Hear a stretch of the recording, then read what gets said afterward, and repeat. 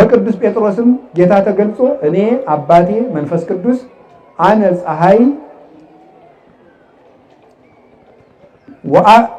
አቡየ ፀሐይ ወአነ ብርሃኑ ወመንፈስ ቅዱስ ዋእዩ።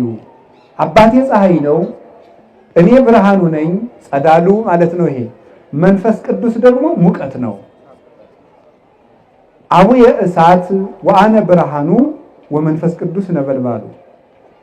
አባቴ ፀሐይ ነው፣ እኔ ብርሃን ነኝ፣ አባቴ መንፈስ ቅዱስ ነበልባል ነው። አልቦ ሰማይ ዘያገምረን ወአልቦ ምድር ዘይጸውረን። እኛን የሚወስን ሰማይ የሚሸከመን ምድር የለም። አልቦ እምታይቴነ ወአልቦ እምላይሌነ። ከኛ በላይ ሌላ የለም፣ ከኛ በታችም ሌላ የለም። እስመ እበየ ሳይልነ የአውዶ ለኩሉ። የኛ ቸርነት ዓለምን ወስኖ ገጥቶ ይኖራል እንጂ ለኛ ድንበር የለንም ብለዋል ሥላሴ። እግዚአብሔር እንዲህ ያለ ንጉሥ ነው። አጨብጭቦ የሚሾመው አያስፈልገው፣ ደስ ይለው ዘንድ በፊቱ ምስጋና የሚያቀርብለት አያስፈልገው፣ ሰድቦ የሚያስከፋው የለው፣ ውርደት የሚቀንስበት የለ፣ ዘመኑን የሚያሳጥርበት የለ፣ ጌትነቱን የሚለካው የለ። አያንስበት፣ አይበዛበት፣ አይደክመው፣ ዘላለማዊ ፍሱህ ሰላም ነው እሱ። ከፈጠረው ፍጥረት ምን ይጠቀማል? ከውቅያኖስ ጠብታ ውሃ አይጠጣም፣ ከማሩ ከቅቤው አያሸትም። እግዚአብሔር ከፈጠረው ሜዳ ውስጥ ቤት ሰርቶ አይኖርበትም። እያሃድር እግዚአብሔር ውስተ ቤት ዘገብሮ እደሰብ ይላል ቅዱስ ጳውሎስ የሐዋርያት ሥራ ምዕራፍ 17 ላይ ሲናገር እግዚአብሔር ሰው በሰራው ቤት የሚኖር አይደለም ይላል። ከፈጠረው ብርሃን ሊያበሩለት አኮ ዘፈጠረ ፀሐይ ወወርሃ ወከዋክብተ ከመ ያብርሁ ሎቱ። ፀሐይን ጨረቃን ከዋክብትን የፈጠራቸው ጨልሞበት ሊያበሩለት አይደለም። እሱ ይልቁንስ ብርሃናቸው ነው። እንኳንስ ለሱ እሱ ለፈጠራት መንግስተ ሰማያት እንኳን የፀሐይ የጨረቃ የከዋክብት ብርሃን አያስፈልጋትም። የተፈቀደ ፀሐይ ወወርሃ ያብርሁ ላቲ እስመ ውእቱ ብርሃና። ፀሐይ ጨረቃን ከዋክብትን አብሩልኝ አትልም። ማን? መንግስተ ሰማያት። ለምን? እሱ ብርሃኗ ነውና። እግዚአብሔር ላይጠቀም ይህን ሁሉ ፍጥረት ፈጠረ። አሪያ ይሄ ቸርነቱ አይደለም? ገበሬ አርሶ መብላቱ እግዚአብሔር ካዝመራው ሊቀምስ ፈጥሮት ነው። የእግዚአብሔር ቸርነት ገበሬዎችን ሀብታም አደረጋቸው። የእግዚአብሔር ቸርነት ሰማይን ባለ ኮከብ ጌጥ አደረገው። አሰርገው ለሰማይ በከዋክብት ይላል ቅዱስ ያሬድ። ሰማይን እንዲህ አድርጎ በኮከብ አስጌጠው። ለሰማይ ሀብቱ የእግዚአብሔር ቸርነት ነው። ወለ ምድርን በስነ ጽጌያት፣ ምድርን ደግሞ በአበባ ሸለማት። ለምድር ሀብቷ ክርስቶስ፣ ለምድር ሀብቷ ነው።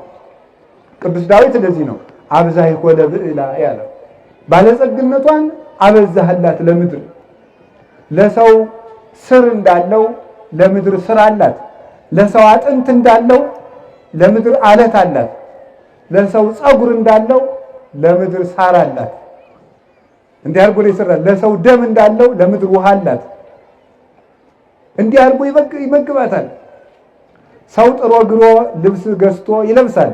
አይላያችሁም? ልብስ ገዝታችሁ የለበሳችሁ አሁን አሻንጉሊቶች ሁሉ እኮ ልብስ እያወዳደሩ ቡቲክ በር ላይ የሰው ጭንቅላት ሰልበው ጨርሰውታል። ሰው እንዲያርጎ ገዝቶ ይለብሳል። አበቦች ገዝተው ይለብሳሉ? የለም። ያ ሁሉ ህብረ መልክ ተመልከቱት፣ የእግዚአብሔር ቸርነት። ለዚህ እኮ ነው ጌታ እንዴ ወይን ታራዝን ይምንተ ተብሉ ሪው ጽጌያተ ገዳም ዘከመ ይልህቁ። የምድር አበቦችን እስኪ ተመልከቷቸው። አይፈትሉ ምን አይሉ፣ እግዚአብሔር እንዲህ ያለብሳቸዋል።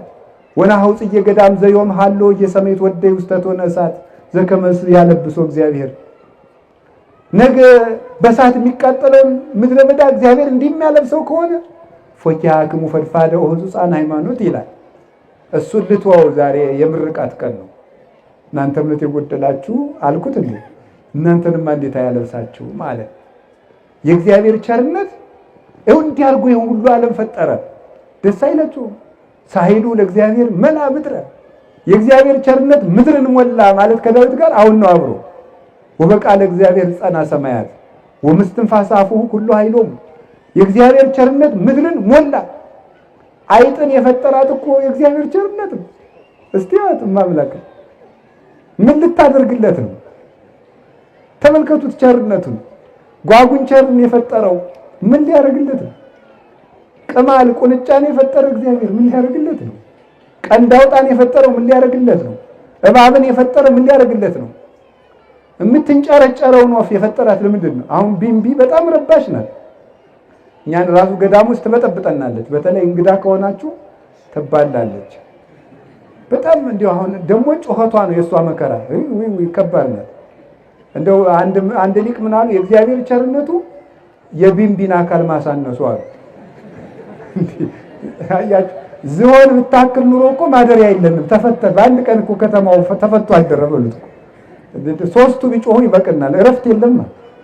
እንደው እኮ ይገርማችኋል እኮ ተመልከቱ የእግዚአብሔር ቸርነት። አሁን ቢምቢ ምን ልታደርግ ነው የፈጠራል? ዝም ብላችሁ ቁጭ ብላችሁ ብታሰቡት ምን ልታደርግለት ነው? ምንም። ይገርማል እኮ እና የእግዚአብሔር ቸርነት ምድርን ሞላ ስትወጥ ይሄን አይንጡ ጉርጡ ምናምን ትርጉሙን የማናውቀውን ፍጥረት ሁሉ መፍጠሩ የእግዚአብሔር ቸርነት ምድርን ሞላ። ተዋቸውና እነሱን እንዴት አድርጎ በቸርነቱ ለእኛ ተጨንቆ እንደፈጣ አሁን ወደኛ እመጣለሁ። እነሱን ይቅርና እኛን ፈጥሮ እግዚአብሔር ምን ይጠቀማል? ይጠቀማል? እንኳንስ ከኔና ከናንተ ከተራ ኃጢአተኞች ይቅርና ከሰማዕታት ከጻድቃን ክርስቶስ ይጠቀማል? እግዚአብሔር ይጠቀማል? አይጠቀምም። እንዲያውም ዘወሃበ ጽዋ ማይ ቆሪር እያሃጉል እሴቶ ቀዝቃዛ ውሃ የሰጠ ዋጋውን አያጣም ይላል ዮሐንስ 10 ላይ። ቀዝቃዛ ውሃ የሰጠ የሚለውን ቅዱስ ቄርሎስ ሲተረጉሙ በጣም አስደናቂ ምስጢር ያወጣበታል። ቀዝቃዛ ውሃ የተባለ እንደው ውሃ የዘከረ ነው በቁሙ ዳሃ። ምስጢሩ ግን ምን ብሎ ይተረጉመዋል? ለክርስቶስ ደምን መስጠትም ቢሆን ቀዝቃዛ ውሃ ነው ይላል።